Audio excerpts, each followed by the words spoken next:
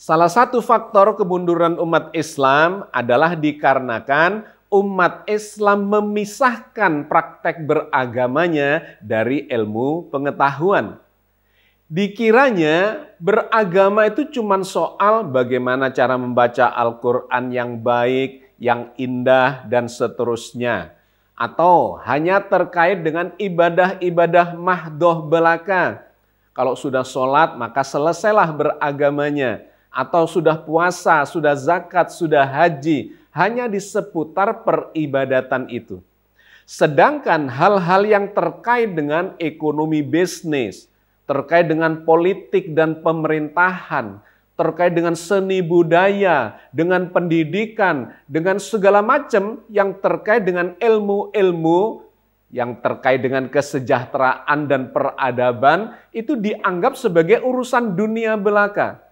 Maka celakalah umat Islam tercerabut dari akar ajarannya sendiri sehingga kemudian tidak menjadi umat teladan lagi seperti di zaman keemasannya dulu. Bagaimanakah sebenarnya Al-Quran mengajarkan kepada umat ini untuk menjadi umat yang teladan kembali? Berikut ini mari kita lakukan kajiannya di dalam program Perspektif episode 150 dan kita akan mengambil atau mencuplik beberapa bagian dari buku saya yang berjudul Membonsai Islam. Dalam beberapa episode yang terakhir kita telah melakukan kajian secara serial terkait dengan kemunduran umat Islam ini dikarenakan beberapa hal. Yang pertama dikarenakan cerai-berai atau terpecah belah secara politik. Sehingga melemahlah kekuasaan umat Islam di seluruh dunia. Yang kedua, umat Islam jauh dari Al-Quran. Tidak menjalankan Al-Quran di dalam kehidupannya. Melainkan hanya diperlakukan sebagai ritual belaka. Dibaca cepat-cepatan, indah-indahan. Cara bacanya yang benar, makhrajnya, tajwidnya, dan seterusnya. Tetapi tidak memahami isinya apalagi menjalankan di dalam kehidupan ini. Yang ketiga, umat Islam hampir-hampir mengharamkan akal di dalam memahami dan menjalankan agama ini. Dan yang keempat yang kita kaji pada episode kali ini adalah umat Islam memisahkan agama dari ilmu pengetahuan. Nah, sahabat sekalian, faktor-faktor ini secara real telah menyebabkan kemunduran umat Islam di dalam peradaban manusia di muka bumi ini sehingga terpinggirkan di seluruh lini kehidupannya. Kalah di bidang militer, kalah di bidang ekonomi bisnis, kalah di bidang sains, di bidang teknologi, di bidang budaya, kedokteran, astronomi, dan sebagainya yang semua itu meminggirkan umat Islam dari peran untuk memajukan peradaban dan kemudian mengambil peran untuk mensejahterakan dan menjadi rahmat bagi seluruh alam yang diperintahkan menjadi misi bagi umat Islam ini. Ada yang memprotes apa yang saya sampaikan ini, bahwa umat Islam itu tidak memisahkan agama dari ilmu pengetahuan. Tetapi kemudian saya sampaikan ke kawan saya ini, ayo coba kita tes, kita tanyakan kepada anak-anak sekolah misalnya. Boleh anak SD atau SMP atau bahkan yang sudah SMA, coba ditanyakan.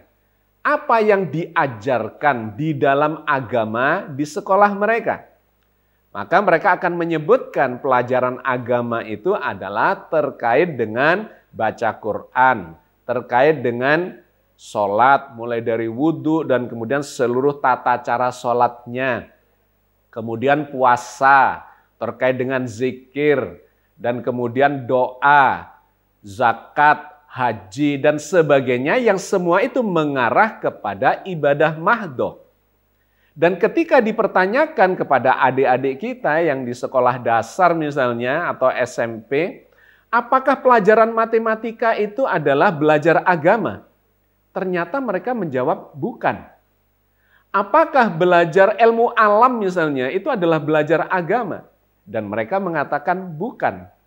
Apakah belajar tentang ekonomi, bisnis, budaya, seni, dan sebagainya itu adalah belajar agama? Jawabannya bukan.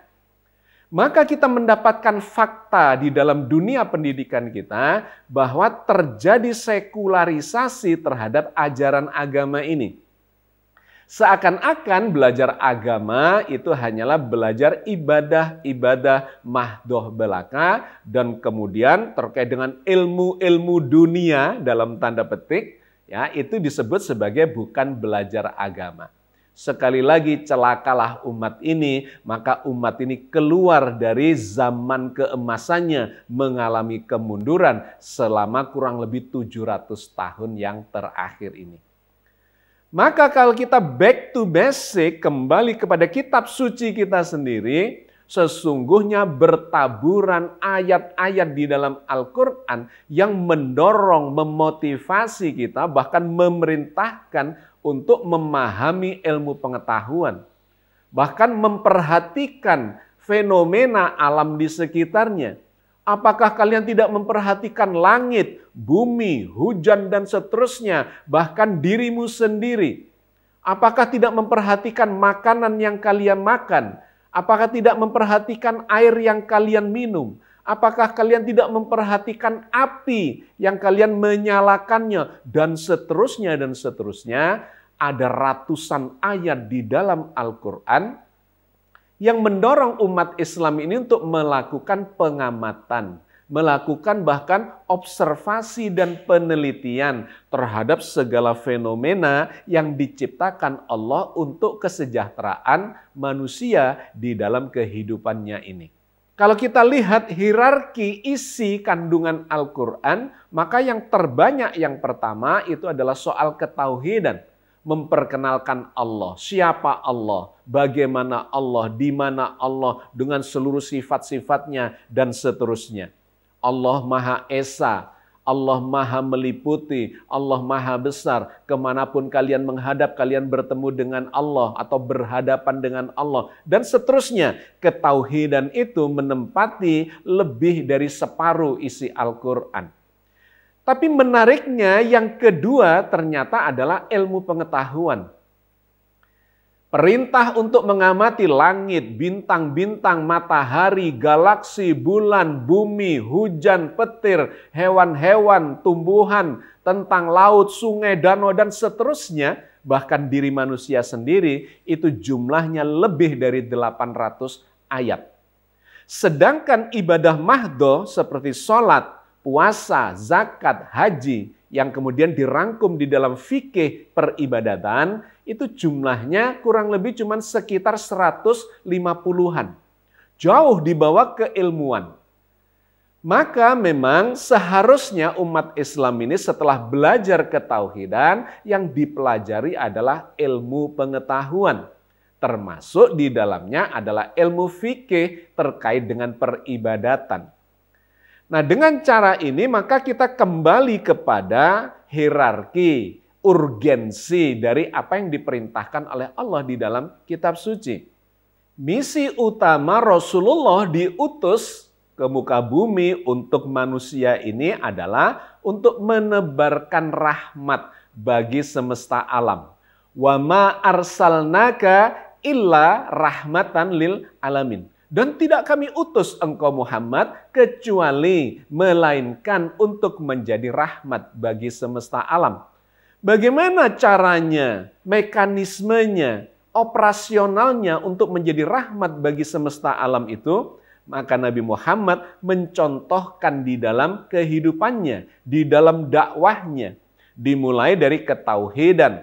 Dikarenakan memang ketauhidan itu menjadi pondasi supaya seseorang itu menjadi jujur, merasa diperhatikan, diamati oleh Allah, diawasi oleh Allah yang maha berkuasa lagi maha mengetahui.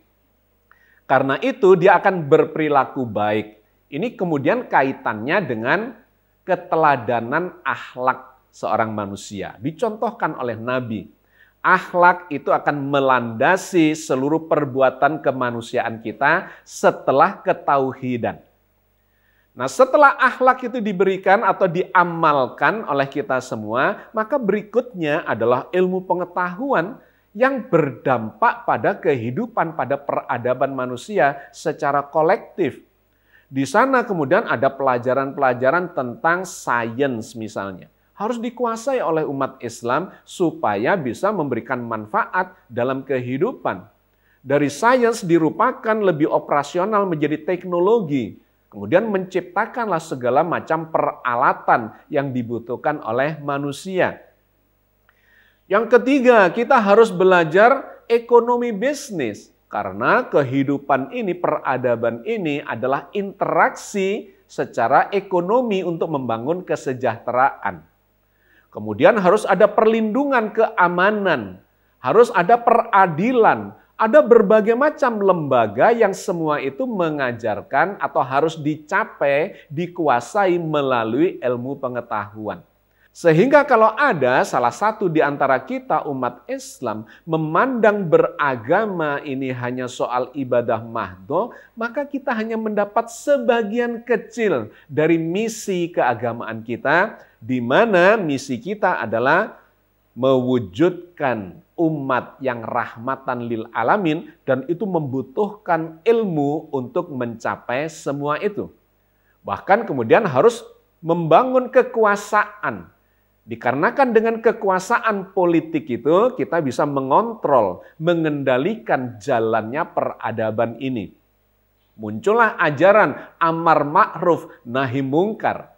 Harus mengajak pada sesuatu yang produktif, yang menuju pada kebaikan, membangun, mesejahterakan, mengamankan dan seterusnya, dan mencegah segala macam kriminalitas, mencegah kerusakan, mencegah kejahatan, dan itu dilakukan dengan kekuasaan.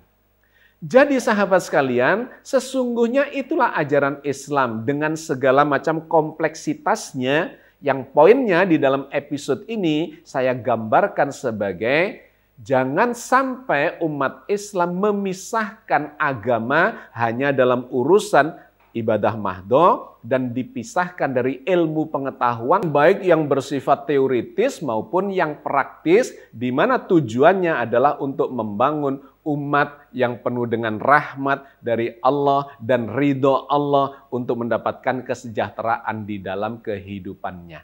Maka di dalam Al-Quran bertaburan perintah-perintah untuk menguasai segala macam ilmu pengetahuan itu. Yang dengan ilmu pengetahuan itu manusia akan bisa menata kehidupannya.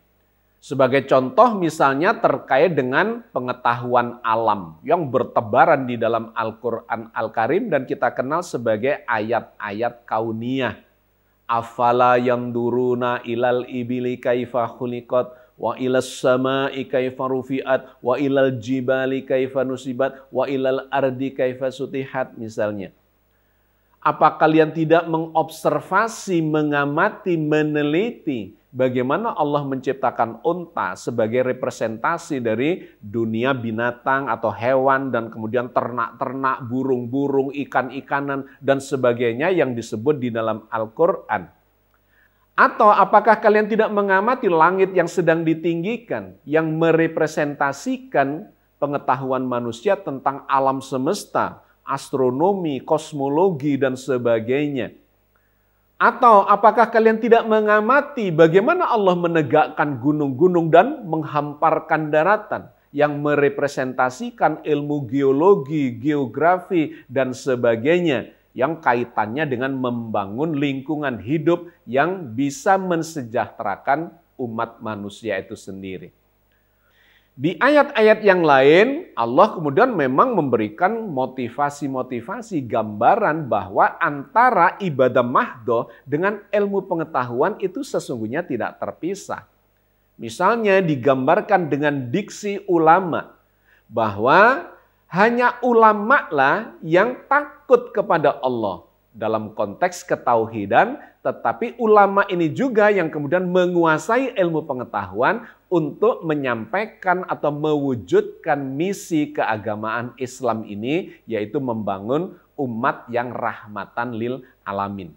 Maka di dalam surat Fatir 27-28 misalnya Allah menggambarkan tentang seorang ulama, seorang ilmuwan yang sama sekali tidak memisahkan antara keimanannya, ketakwaannya kepada Allah dengan penguasaan ilmu pengetahuan itu. Tidakkah kamu melihat bahwasanya Allah menurunkan hujan dari langit, lalu kami hasilkan dengan hujan itu buah-buahan yang beraneka macam jenisnya. Dan di antara gunung-gunung itu ada garis-garis putih dan merah yang beraneka ragam macam warnanya. Dan ada pula yang hitam pekat. Dan demikian pula di antara manusia, binatang-binatang melata dan binatang-binatang ternak, ada yang bermacam-macam warnanya dan jenisnya. Sesungguhnya yang takut kepada Allah di antara hamba-hambanya hanyalah para ulama. Sesungguhnya Allah Maha Perkasa lagi Maha Pengampun.